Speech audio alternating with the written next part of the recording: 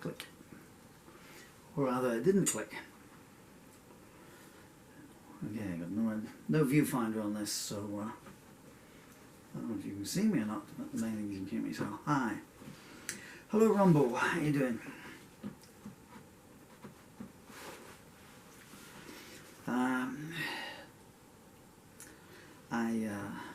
I'll go there in just a second, don't mind me.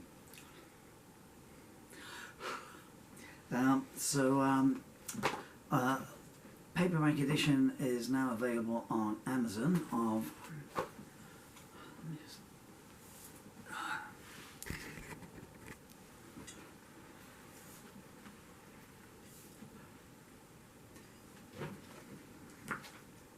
professionalism.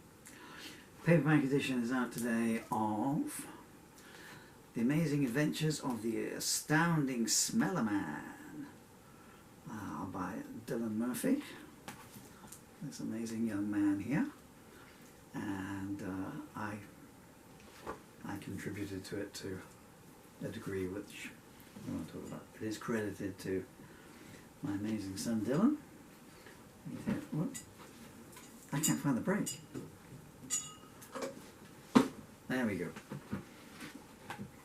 And I thought I'd try and read you some of it. So, basically, well, I'll read you from the back cover, and that way I can hold it up for you. Here you go. Peter Putrid, a shy science student, said out loud 3 times fast. Go on. Who lives with his aunt and uncle, who are not shy, so it's not a family trait apparently, is attending a science fair one afternoon. Suddenly, without warning, just as a nuclear fission thing, and Bobby was fissioning, the head scientist let one go, and Peter was caught in the blast of a radioactive whiffy. Surviving the catastrophe, let's see what we did there. Peter discovered he had gained amazing powers. His posterior had become a repository of pummeling parts. His trouser techs were awesome in their emissions. He could bump a pigeon out of a tree at 50 meters. There was only one thing for him to do: don a costume, buy a big fan, and fight crime as the Astounding Smeller-Man. Dun, dun, dun. I'll skip ahead to I do apologise, there will be lots of coughing through this. No extra charge for the sound effects. I don't know if you can hear me at this distance actually. It's better you can hear me than see me. Now let's just turn the picture around a bit, because I've got a bit better light that way. The Amazing Smeller-Man, Episode 5. Showdown with Electrode. Okay, this is going to be a short video. The lungs are just dying on me now. Hey, we're supposed to be doing a cheerful video. The Amazing Smeller-Man, Episode 5, Showdown with Electrode. Our episode opens with an amnesiac Smeller-Man trying to sit quietly and capture his thoughts, but failing due to a series of unrestrained bum hiccups bouncing him down the road. But luck is at hand, or somewhere equally as hairy. I haven't read this since we wrote it, you know. As he comes to a stop inside a bus shelter. Due to a combined huge yawn yellow bum fug incident, a vacuum is created inside the shelter, shocking Smelly back to his senses and firing 3 rats off across the rooftops. Sadly, I'm about 2 chapters ahead in my mind here now. Sadly, one diverted left in flight, and as Aunt May was walking out of the hospital, as she paused to gratefully thank the nurses for all their efforts, she was felled to the ground by a lightly singed ratus brownus swamping her in the air at great velocity. I must just explain. I can't hold the book up, so I'll have to stop soon. But there's a running gag throughout the book, so in every chapter, every time Smelly goes off to fight crime, something happens to Aunt May, you know, she gets caught in a blast for ricochet, so and that's in episode 1, and so in every chapter, you know, just as she's about to leave the hospital, something else happens, back to the ward she goes. Where do we get to? Aunt May fell into oblivion at the feet of the nurses, who by now were seriously contemplating just leaving her in the skip when no one was looking. "It was a promise," she whispered as consciousness left her once more. "Well, it's come from one side," the nurses, as they took Aunt May back by the ankles and dragged her back to her room. I'm going to have to stop. My lungs are just dying. I'm so sorry. I'll keep going a couple more pages. Hey, all the more reason to buy it. You can... I get nothing from the royalties. The royalties go to my children. So you can see what I was trying to say. Elsewhere, Smelly has now regained his senses, sadly for him, including the one of smell. Events come flooding back to him, and he leaps to his feet, going upwards to do so.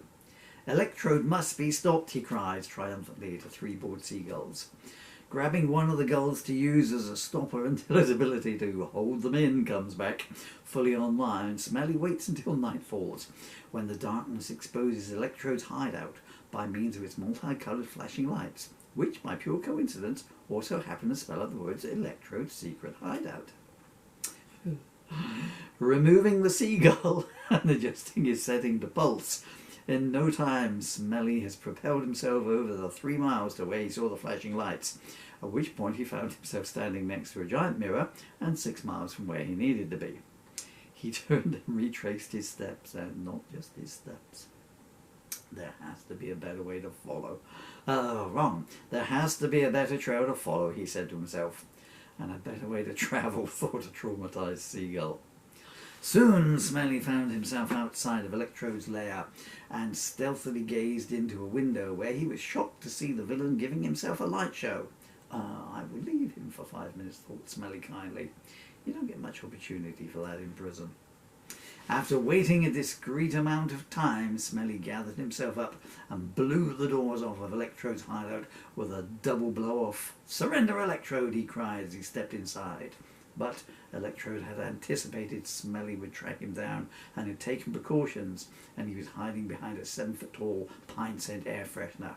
"You'll never outwaft this, Smelly!" he cried exultantly, after first looking up the word exultantly in the dictionary.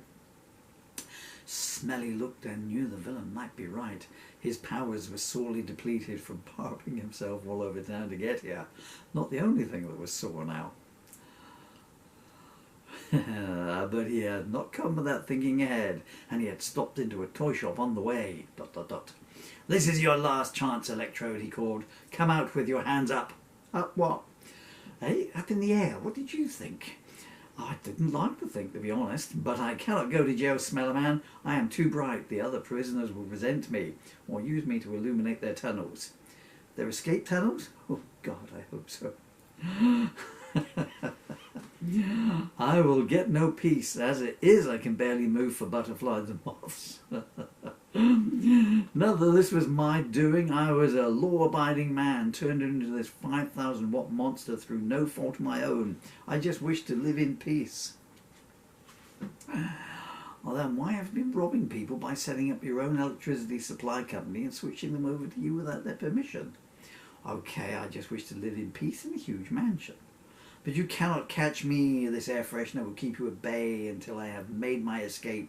Watch helplessly whilst I saw and join these pieces of plank and batten together." "Why would you do that?" "I need to make a ladder. I want to escape out the window." "I accept you are not to blame for your current condition, 6,300 megawatts of current, but I must uphold the law. You leave me no choice, Electrode." So saying, Smelly opened a large sack and spilled hundreds of table tennis balls out of it, turning around as he did so, and used his remaining power to pump projectile them at Electrode, who soon stumbled to his knees beneath a hail of plastic spheres that rendered him immobile. "Curse you and your ping-pong balls," he groaned. "The ping is bad enough, the pong is more than I can stand." Okay, so that's a clip from this book here. It's also available in hardback, which I did have a copy of just now, but it's out of reach of my wheelchair, and thus myself. So, and it's available on Amazon, and it's under the name Dylan Murphy, and all royalties go to him. And wherever he's to in the world, if you ever see this, Daddy loves you very much.